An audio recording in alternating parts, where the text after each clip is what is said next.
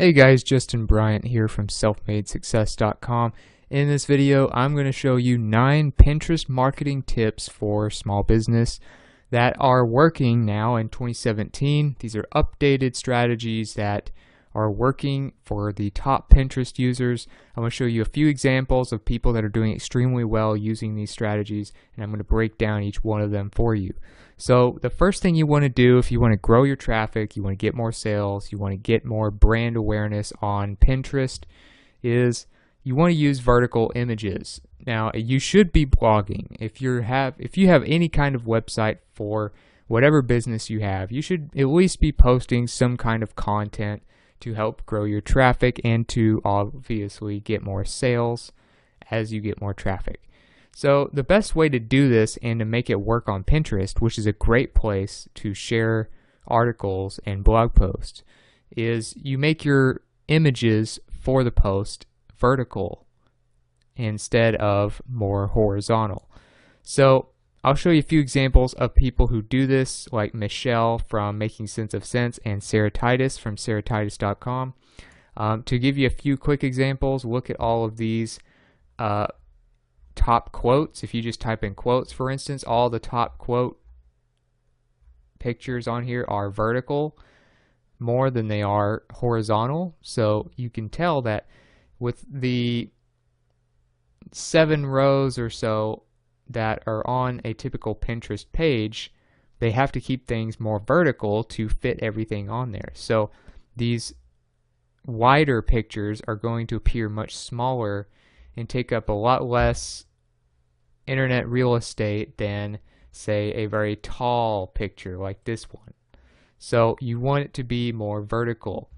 An example on an actual blog, if you go to makingsenseofsense.com, you can go to the blog portion, and you'll notice that the featured image for the blog posts on this blog are a lot more vertical than they are wide. So when you share this post on Pinterest, it shares this one here, and it's much more vertical. So you can tell that it's optimized for Pinterest. Another example, if you go to sarahtitus.com, now she does have this image here that's horizontal, but if you go towards the bottom, she has a Pinterest version of it, which is longer and skinnier. So when you share this post, you can share this Pinterest optimized one, and it will show up looking something like this, being optimized for Pinterest. So you want to do that. One way that you can do this is to get a plugin that does it for you, or you can just make a vertical image and post it in your article and share that. But one thing that gives you an extra featured image that's Pinterest optimized is easy social share buttons for WordPress. It's only $19. This is something I personally use. I can tell you that it's definitely worth it. And what it does is it's one of the best social media sharing plugins you can get. It's only a one-time payment of $19, and what it does is it gives you this option down here where when you're creating a WordPress post, you click custom Pinterest image. You can upload a Pinterest specific image so that when people share your post on Pinterest, it'll use the one that's more optimized for it. So then you would have the more vertical image in here, and then you can see your featured image down here would still be the same, which is probably more horizontal. But you would put your Pinterest version of it in here, like the Sarah Titus version that's longer, or this one, this style, like on Making Sense of Sense. But if you use your blog images like this, you'll notice that you'll get much better results. And you can see for yourself how all these top Pinterest users use vertical images. So that's one thing you want to do. Number 2, share on specific boards with keywords. So another thing that you'll notice is that they share their pins on very keyword related boards. So They're all vertical mostly. You look at their boards, for instance, the Making Sense of Sense Pinterest account. They have, instead of just all of them being under the blog board, they have separate boards. So they have the best of Making Sense of Sense. They have Make Money Blogging. They have money saving tips, managing your money, travel, personal finance. These are categories of this blog here. So have categorized boards that are keyword related. And then if you want to also have a board just dedicated to blog posts, you can have a separate one and use the same pins in both. So you'll notice that if you go through here and actually look at each pin, you'll start to find that Michelle of Making Sense of Sense will have some of her top blog posts pinned in this board and in the category that it's in that board. So it'll be on two boards. So another thing, Sarah Titus, very popular Pinterest account. You can look at her pins, very vertical, as you can see, and her boards are targeted. They're not just random. So we have Best of Sarah Titus, which looks like she does a very similar style to Michelle, which is interesting, and they are both very good at Pinterest. She has home and decorating, inspiring quotes, do it yourself. So she has different categories that she covers on her blog on here, instead of just doing nothing but putting all of her blog posts into one board. That's it. So you want to have specific boards for your categories, and then you can have a separate board for just blog posts and then pin it on each one. Number 3, post 5 to 30 times per day. I know that's kind of a wide range, but statistics show that is the optimum amount of times to post on Pinterest on a daily basis. So some people that do really well on Pinterest, you'll notice, post quite a few times per day, whereas if you posted like that on Facebook, people would think you're a spammer. If you posted like that on Instagram, probably people would get sick of you. But Twitter and Pinterest, for instance, are two social platforms that do better when you post more. So if you want to see the data on this, I'll give you a link to the bufferapp.com article where they talk about the data they gathered from studying this and coming to the conclusion of 5 to 30 times per day.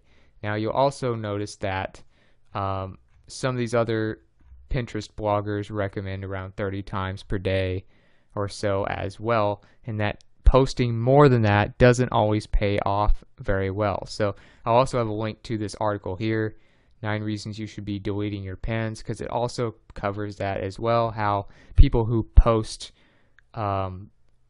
more than 30 times per day don't typically do too well.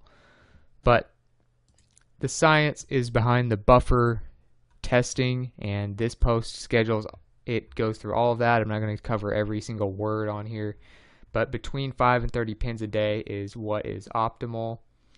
And as far as frequency, I'll talk a little bit more about that in a minute, but the best results tend to come between 15 to 30 per day, and they need to be spread out, of course. You don't want to do them all at once. So post more often. Number 4, post more in the evenings. The evenings tend to be the best time to post on Pinterest, and as a result of combining dozens of studies, CoSchedule.com came to the conclusion that between 8 and 11 p.m., especially on Saturdays, is the peak time to post on Pinterest. So keep that in mind as you're trying to find what times you should be posting your best stuff to get the most engagement. You want to post more in the evenings, specifically between 8 and 11 p.m. You can also see specific best times, 2 p.m., 9 p.m., and 2 a.m. have performed very well as well.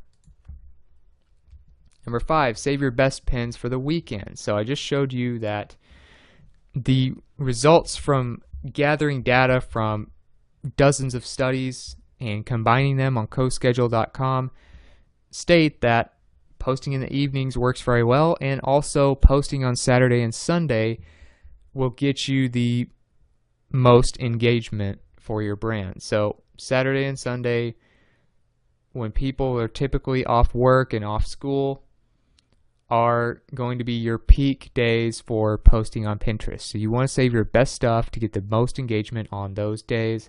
Also, food and travel tend to do especially well if you want to know what specific categories you should focus on.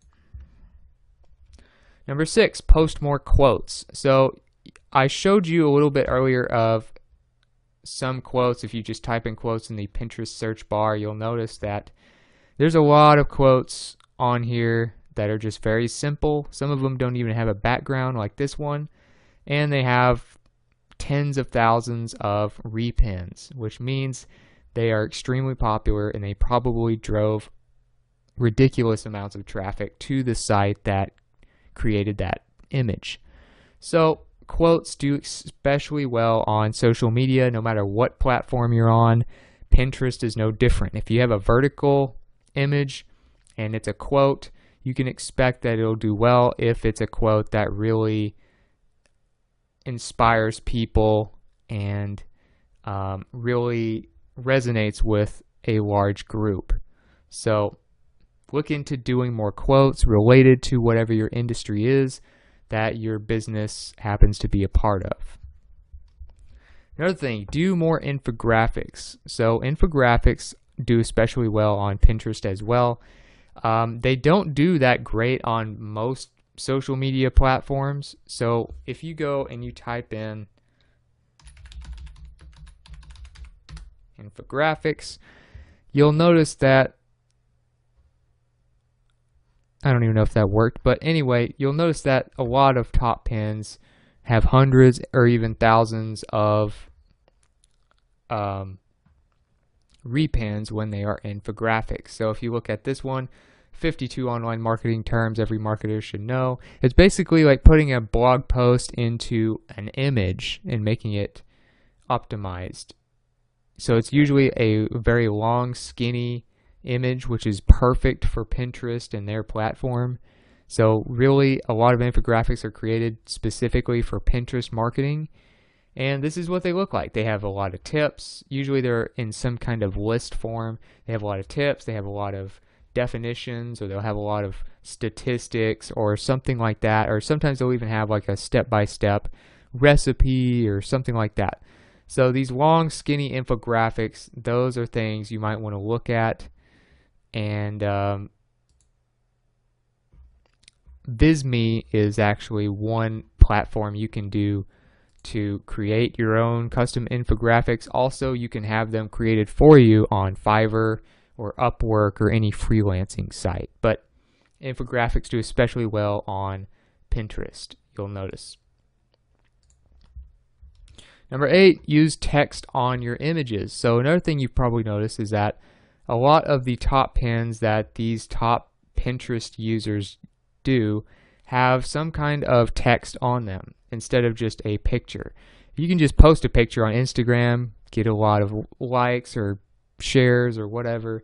You can do the same thing on Facebook, get a lot from it. In fact, Facebook has limits on how much words you can put on your images, especially if you want to boost them. But Pinterest is all about words on images. So quotes do well, infographics do well. When you do a blog post, you should have the title of the blog post with the background image. You'll notice that Michelle of Making Sense of Sense, with almost 79,000 followers on Pinterest, she does pretty well, and pretty much everything she has on here has words with an image. So it's pretty predictable kind of what her style is. And if you look at Sarah Titus, who's also extremely popular on Pinterest, she does a lot of the same things.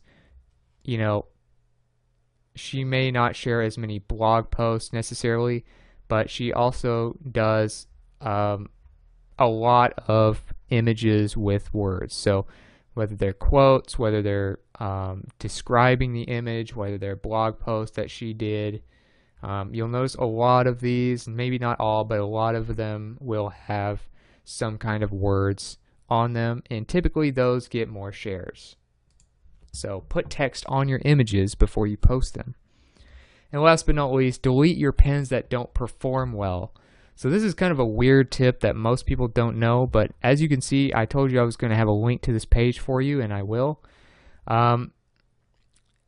There's some great reasons that Sarah Titus discovered as a Pinterest power user that pins that don't perform well actually can drive down your entire board and your account and make you less likely to rank pins in the future. So for instance, if you read this post, you'll see that she did a lot of experimenting not only with her boards but with group boards, and that when there's a lot of pins in a board that had just one repin or something like that, which is basically the one that comes from you, then that means you're sending a signal to Pinterest saying, hey, my stuff usually isn't shared much because it's usually not that good, so you might not want to share my stuff in the future.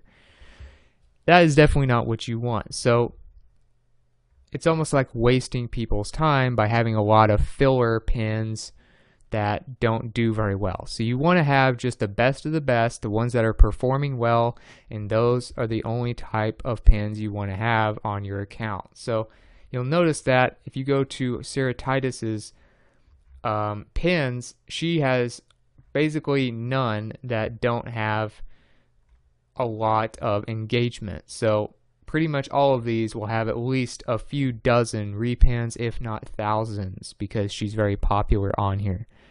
But she came up with the idea, she talks about the study she did of pinning too much and having too many pins that don't perform, group boards that fail, needing to delete entire boards that are just pretty much too far gone because of bad pins. And then it also teaches you by deleting your worst performing pins that you find mistakes that you used to make and you can correct them on your future pins. So it's another thing she found, that when she just did that, it created a good habit of going back, figuring out why something didn't work and how to correct it in the future so that she gets more engagement. So you'll see your mistakes. It will make you more likely to rank your pins in the future. You will see other people's mistakes. You don't want to delete your sponsored post pins, which are the ones that go with paid advertising. She explains why there, and just things like that. It kind of shows you why pins don't work, and it predicts how your pins will do in the future based on how much engagement your past ones have gotten. So that's what she does. She also shows you how to delete them, and I'll have a link to this page for you, of course. But you don't want to allow a bunch of poorly performing pins to be on your account. So you want to do like a clean sweep every week or so to remove those. So if you got something from this video, if you feel like you learned something, please like and subscribe so I can create more videos like this for you. Also, if there are some other Pinterest marketing strategies that you thought I should have mentioned, or you want to just let me know what you thought about the video, let me know in the comments. I'd love to hear from you. I'm always looking to improve these videos for you, so your feedback is always welcome. And all of the links I mentioned, all of the profiles, all of the show notes and related content to this post will be on one page at selfmadesuccess.com, so you can go there for that to get the most out of this topic, or you can just click in the video description where I'll have a link for you as well. So other than that, I hope you enjoyed the video and I hope you have a great day.